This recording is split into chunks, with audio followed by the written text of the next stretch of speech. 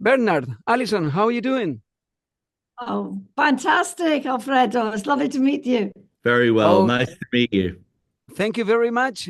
First of all, I want to know what was the thing that led you to think you wanted to make a film about Led Zeppelin? And what a film. Well, thank Thank you. you. When I was 12 years old, my mum was an antique dealer. There was a you would the house was filled with boxes of antiques, and there was in one of them was a little paperback book, and I picked it out of the Oh, box, wow. and I it was just called Led Zeppelin, and I'd never heard their music. I didn't know anything about them, and I read the story, and it was just on their lives as four young boys trying to do music and then meeting in the first few years of their career. And I just found the story really exciting and inspiring. And I read the book twice. And so I came to Alison when we were coming to do our next film, and I wanted to do, all I knew was I wanted to do a film that picked up from where our previous films had ended, which our previous films are called American Epic, and they Yeah. were about first blues, gospel, country records made in the 20s and 30s, which are the roots of Led Zeppelin. Yeah. And and and so I said it'd be great to have a film that comes from after World War II and goes up to 1970. And I said I read this story when I was 12, and then I really got into their music. I think this would be the great film, and no one's ever made it before. They've Yeah. never agreed to do a film. So Alison agreed, and then she said, "Well, let's start writing." Yeah. Yeah, so we then sat down. We had a search. We knew that there was not much film footage of them, so we had a look to see if a film could be made. We spent 7 months writing a script, preparing a storyboard, and finding all the archive that existed by connecting with the fan base, and then we were ready to approach the group. Yeah, so we did a ton of work, and everyone said, they're not going to, you're mad doing this. They won't agree to do it. But we like to be prepared when we go to do something, whatever it is. And so we reached out to the group and asked for a meeting. And the first meeting we got was Jimmy Page. And when we met him, he transpired he was a big Led Zeppelin, a big American Epic fan, and which was great, And then we sat down and we opened up this storyboard and said, well, look, we want to make this film.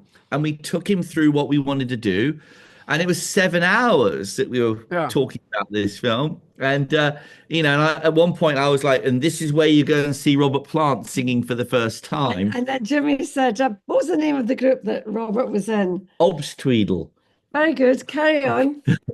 Yeah. And so, There was lots of little tests like that. yeah. And then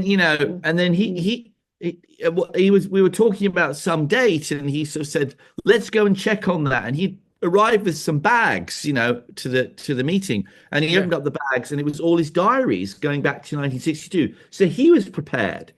He was prepared if that meeting went well. And then he pulled out all these diaries with all the recordings he'd done. It was amazing. And so we had this long meeting. He said, well, I'd love to do this film, but you need to get the other two guys on board. And so we had to go and see John Paul Jones. Now, he didn't know American Epic, so we sent it to him on DVD, and he watched it. And as luck would have it, he had actually made a pilgrimage to the place that the first story is about in American Epic, which is the Carter family in Virginia. They're the founding fathers of country music. He'd gone there, and he'd met the people in the movie. The exact same The people. exact same people in our film, the family members. So it was like, amazing. Like from the beginning of the film, we're obviously interested in the same things, And so what was good was I didn't have to convince them of the type of film we make. It was like they'd seen it and they were into it. And so we were like, you're going to be the next film in this series. And so there was that. And then Robert Plant, he was on tour at the time. So we managed to meet him backstage in Scotland. Then we had to go to England, to Sheffield. Then we had to go to Los Angeles in the North America. And then he said, well, let's meet in Birmingham, England. And that's when he arrived with Pat Bonham, John Bonham's widow. So then we thought, okay, great, he's in. I just wanted to ask you, how did you solve the problem of the absence of John Bonham? Well, it's Well, a great question. yeah, because when you're telling a story, we want all the characters, the key characters, to be represented in the story. Yeah. And so there were two incredibly important elements that were needed. So the first one was the video. Deborah Bonham, the film footage Deborah Bonham, his sister, gave us, which Jack Bonham, his father, had shot when he was a little boy. So we were able to see him throughout his childhood where he lived. Yeah, playing his first drum kit. So, he had the most childhood footage of any of the members. And so he's really on the screen. And then when we start, Robert Plant said, I don't know how you're going to have John in this film because I've never heard any interviews with him more than a couple of words. And Alison convinced him. She said, well, look at American Epic. We found all this stuff from the 20s that no one thought it existed. He said, okay, well, if anyone can do it, you can. It was really nice. And so we just searched and searched and searched for months and months. And eventually I found this bootleg with him talking on it. And it was an Australian interview. And I was Australian, yeah. Getting ready for their first tour. And I sent it to all the Australian media people I knew, and they recognized the DJ. And then they told me the radio station he worked for in Sydney. And I called the radio station and said, do you have this tape? And they said, no, we don't. They looked for a week, couldn't find it. And they said, but we have sent some of our tapes to the University of Canberra, which is where all the radio archives are. And so we called them up, and luckily they'd done an American Epic Festival, which we'd help with. And we called up and we said, do you have this tape? And they looked and they go, no, we don't. And I said, how many tapes that are unmarked do you have? And they said, well, thousands. Lots. Oh. And I persuaded them to look through all the tapes. And after 2 months or so, they called us and said, they sent us an email with this recording on it. And it was John Bonham talking. In other words, you made a work of research, double checking, detective work, a lot of stuff. How long did it take, the whole process? Oh, it was about, it's been about 7 years, isn't it? 7 years, first meeting. Long time. I mean, they're very... Also, we were slowed down because we had the pandemic in the middle. Yeah. So for at least a year, we were not able to work. But we'd done all this work preparing for this. And we realized that when they said yes, we would be the only people that would ever be allowed to do this.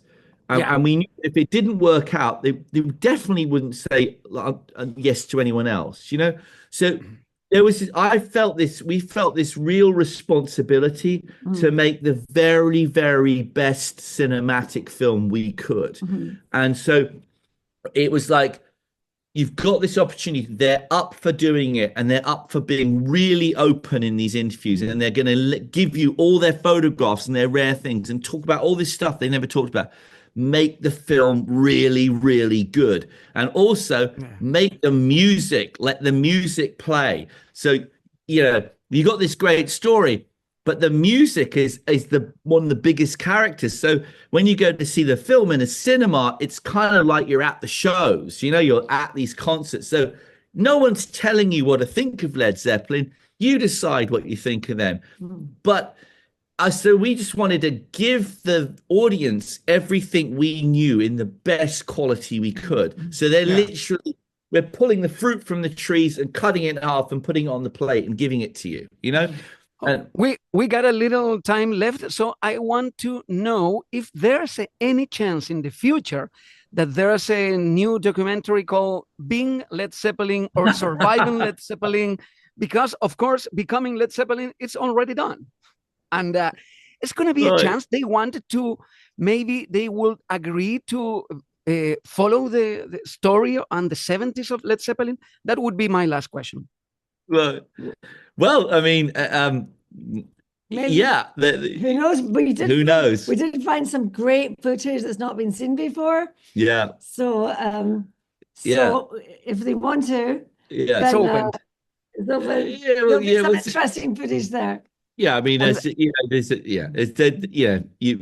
But we made the film that we wanted to make, the origin story, because we think that that's the time that's really the beginning is the time of everything. The beginning is unique. The beginning of things is if you're a kid and you're going to the movies, and you're watching this film, like the book I read, the beginning is what is helpful to you. It tells you how you can do it yourself. Now I realize how important was the American epic films, and believe me, Led Zeppelin being a British band and all, it's the perfect American epic. Led Zeppelin, the story of Led Zeppelin is the American epic. They wanted to go to America because nobody signed them in England. Yeah, that's right. And how the West was won.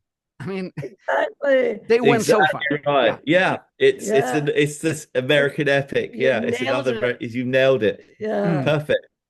And I mean, this is the great thing about movies is there is the most amazing feeling is meeting you, and you are able to watch that film and encapsulate what that movie is and hand it back to us. And I go, yeah, that's it. It's this communication, we go, we're so far many miles away from each other, and yet we see it the same way. But I think that's brilliant the way you said that. I think that's hilarious. That's fantastic.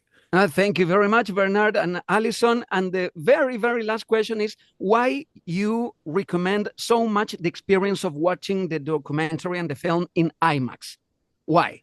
Because Led Zeppelin, bigger. It's better. And IMAX, the screens are bigger and the sound is bigger. So if you could get the chance to see it in IMAX, go and see it. Yeah. There. The biggest screen you can with the most people. That's with the biggest band of all times of rock and roll. Yeah, you got to see it a bit. This is not a film you watch on your phone. You watch this on a giant screen with other people. Yeah. Bernard, Alison, I want to thank you very much. This is Radio Sonar from Chile, and we are very excited that you premiere your film today in our country. So good luck. Thank you. We're honored to be in Chile, and we send our love to everyone there, and I hope you enjoy the film. You were so kind, Alison and Bernard. Thank you very much. Thank you, Alfredo. Thank you. Take care. Take care.